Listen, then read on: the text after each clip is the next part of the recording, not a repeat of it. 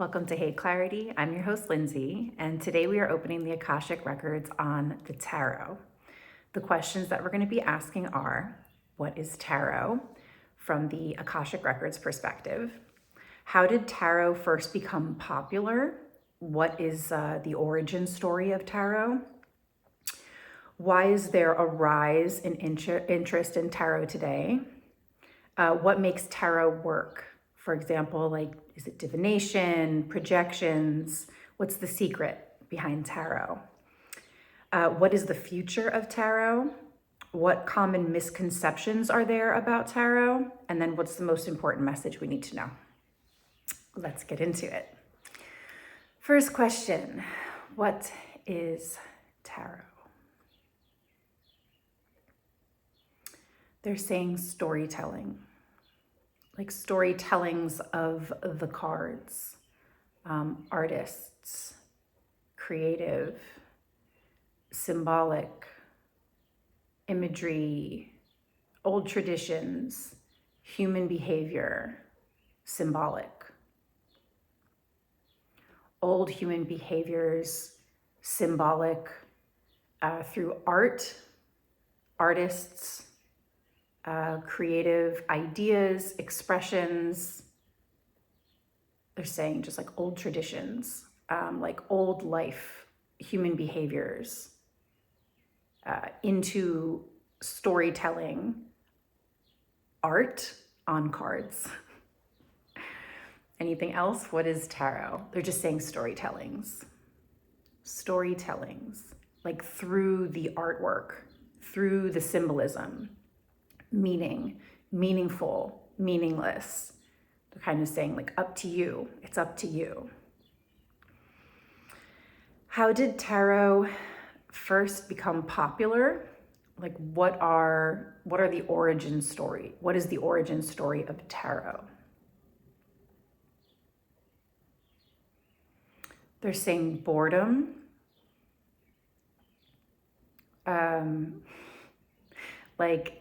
Like not meaningful, like no meaning, searching for meaning, like seeking meaning, relationships of life, meaning of life, purpose driven, like reflections. It's like they're saying like no reflections of life, interpreting human nature, human behavior, civilization, society, life experiences through art, through artists. So they're like artists, creatives.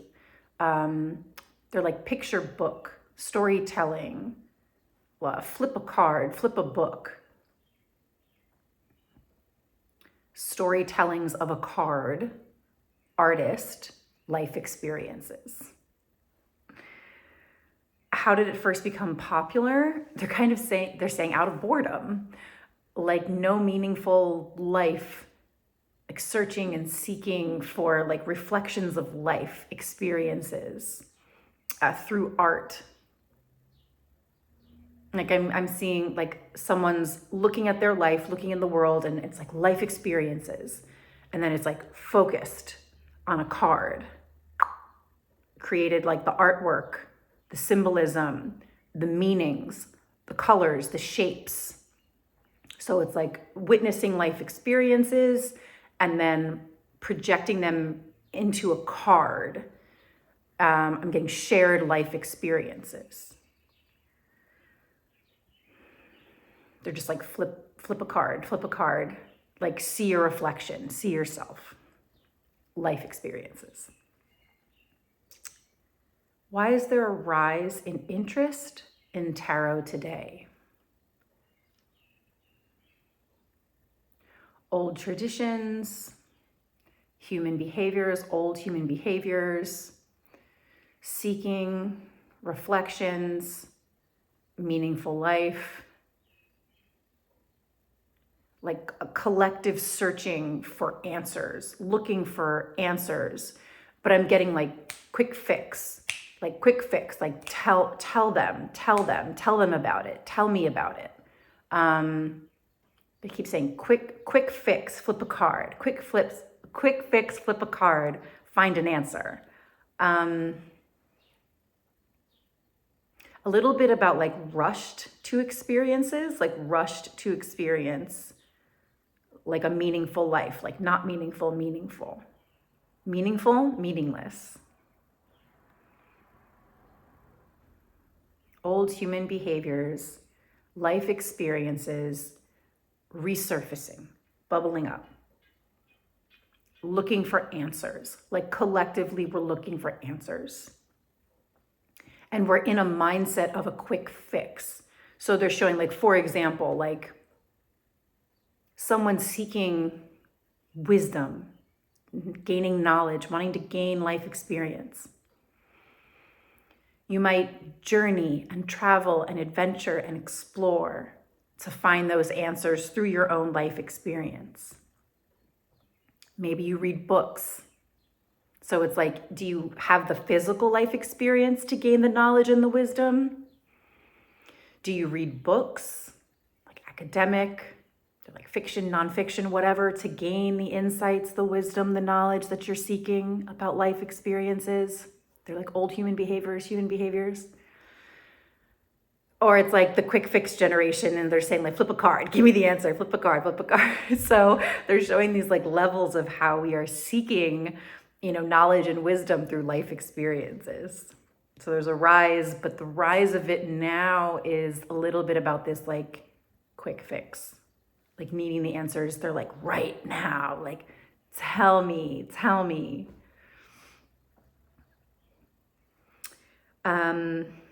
What makes tarot work? Like, is it divination? Is it like spirit, like working through the cards and flipping the cards for us and choosing the cards for us? Is it our projections? Do our brains connect the dots? Like, that's the question behind this. So what makes tarot work? Like, what's the secret? They're saying randomized, like flipping a card, randomized. What makes tarot work? Sometimes, like, spirit can have an intervention with the material world. So they're showing, like, for example, like if a card flies out, like when cards fly out, but they're saying it's randomized. Like if you're, I have a deck right here, for example. Like if you're doing like jumpers, right? Like this, they're saying basically like at some point, like if the cards are like halfway in the air, maybe they can kind of sort of interject and maybe flip something for you. But it's kind of like in general, no, it's like randomized.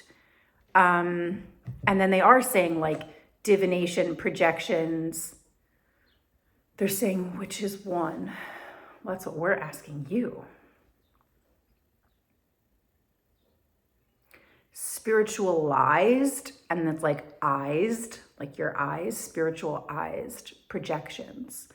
So the cards may seem randomized to some, and then they're saying in order for others.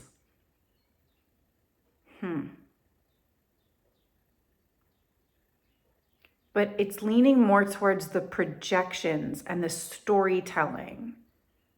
They're saying from the life you live, from the life you've lived.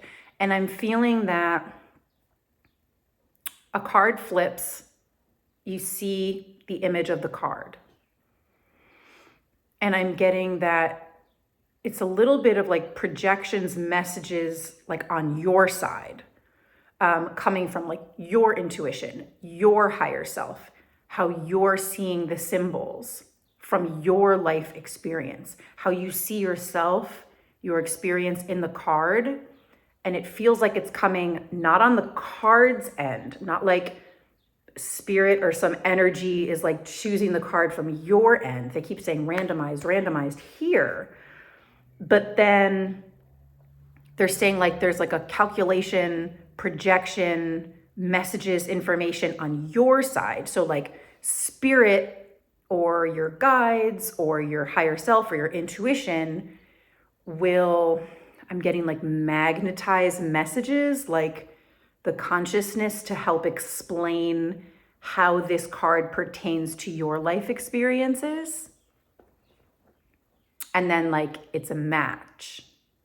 It just feels like the magic is actually coming from your side, your life experiences, your projections onto the card and how you see. And they're saying how you choose to see, read, interpret the card for your life experience. So one more time, like, what's the secret? What is the secret? They're saying it's like divination materialized, and the divination aspect is on your side. It's coming from your side, not necessarily the material card. What is the future of tarot? What is the future of tarot?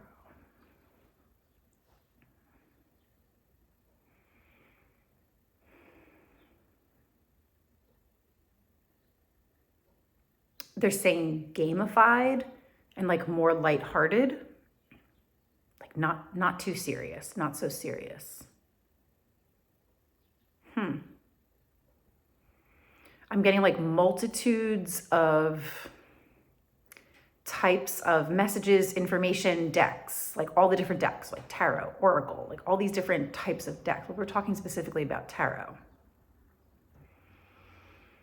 Let's focus on tarot. They're just saying gamified, fun games, less serious, less intensified, more naturalized, more normalized, more playful. Again, like less intensified, less serious. There's something about like a boom. They're saying like boom, naturalized, normalized, fun, gamified. Like it gamifies your life experiences and becomes more playful.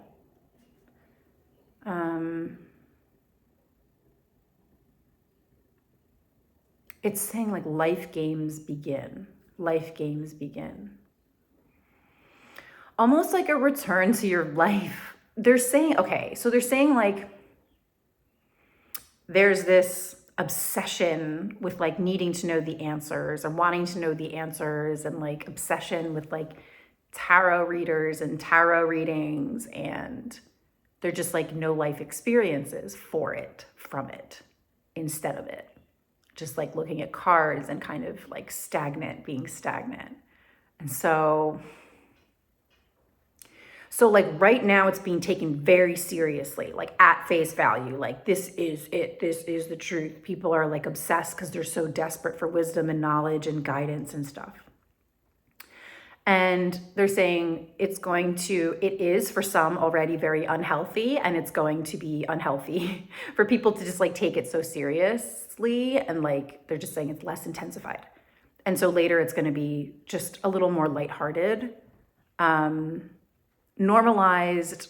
It's like they're showing the transition of like, or like the evolution of like when the cycles of interests in tarot happen. They're kind of saying like, almost like every century, there's like a rise of interest. They're saying like chaos or wars and like crazy stuff that's happening, and everyone's searching for meaning and seeking meaning, doing research, wisdom, knowledge, whatever. And in our like quick fix kind of generation, like life hack, quick fix, just tell me, whatever, they're kind of like you're skirting over the surface. And we're just looking for like anything, like we're grabbing onto like anything for meaning. And so we're in this cycle now. And so it's like, you know, ooh, tarot, it's like, oh, mystified, mysterious, like what are the mysteries, like witchy, and like some people are like taboo, and like believe it or not, you know.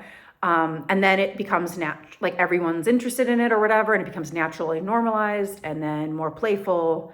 So it's like almost like the rise of it, the fall of it. And so we're kind of experiencing like the rise of it, and then like soon, it seems like sooner or later it'll be like the fall of it, as being like so serious, taking it so seriously.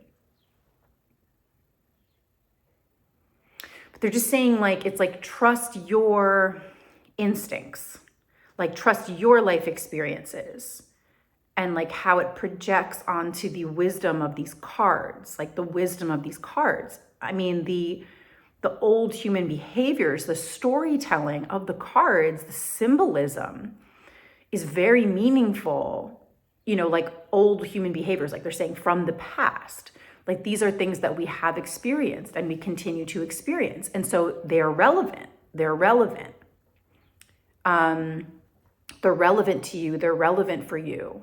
Like it can be very important to you. Like how you project your life experiences and like looking at the cards. But they're saying like to trust your instincts, trust your own like intelligence, your intuitive intelligence, your life experiences to like guide you forward. And they're like, use the cards, like use the cards. Like, it, you know, if it makes you, if it helps you, you know, make meaning in life, when life feels unknown, like fear, you feel a lot of fear, or life feels meaningless, like there's no meaning to life, like anything, even if it's a quick fix, like if it helps you, your life feel meaningful, to see these messages and information, they're just like the check, like that's good, like that's good. They're saying like use it to your advantage, use it for your advantage. But they're like, but just know that like the wisdom and the intelligence is like on your side. Yes, through the meaning of the cards and what you project and what you experience on the cards, but it's coming from your side, your intuition, your higher self, your higher intelligence, your guides. What are some common misconceptions about tarot?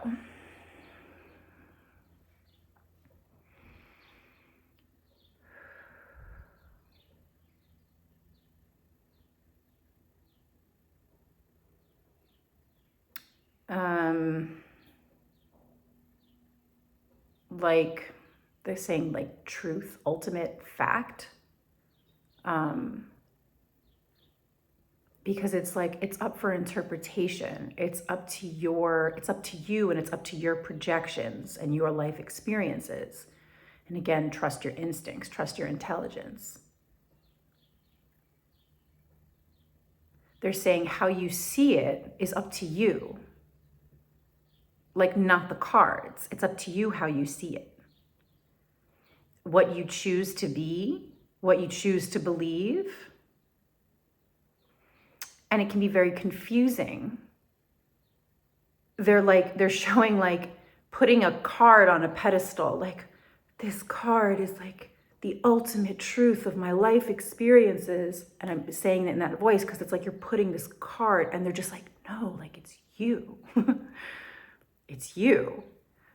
Like, again, trust your instincts. It's up to you. Your life expectations, like your life experiences, your human behaviors, old human behaviors, new human behaviors, evolution, growth. And like, there's a bit of the tarot can be very symbolic of old life experiences and old traditions of life experiences and old human behaviors. And they're kind of like pushing us forward and saying like, how about some new life experiences? How about some new human behaviors? Can you imagine? Like, what's a new human behavior? Like, go create that. Why are we gripping onto these old human behaviors? And they're showing me things like, they're showing me like the Three of Swords, which is often, it's betrayal, and what that invokes in us, what that provokes in us. And they're like, betrayal, like, you know, old human behaviors, like we all understand betrayal. And then they're just like, what if ... like there's no betrayal anymore? Like, what if there's like truth and trust and honesty? Like, almost like, can we move on from these old human behaviors? Can we move on from these old traditions of human behavior? Yeah, we all experience that. We can all experience that, but there's something about like, they're chucking like the Three of Swords, for example. And they're like, almost like get a new card, make a new card, like make some like optimistic, growth minded, like the evolution of human behavior. What's next? Like, they're like, we're so sick of that card. And we're so sick of you guys experiencing that card, believing in that card, the belief system around that card. For example, they're like, some of those cards represent these old human behaviors that we keep repeating the belief systems around. And they're just like, you don't have to live in like a world of betrayals. Like, you can be truthful, and they're saying truthfully, trustworthy. Like, there's a bit of like holding on to human behaviors and like keeping them going versus like growth and evolution of like, they're like the human life experience and like human behaviors. It's very interesting. Some of these, the old traditions in these cards, the old, the artist life experiences, like, it's like, yeah, we experience them, but they're also, they considered some of them outdated. Like, they're outdated, some of them, or let them be outdated. Anyway, what's the most important message we need to know about tarot?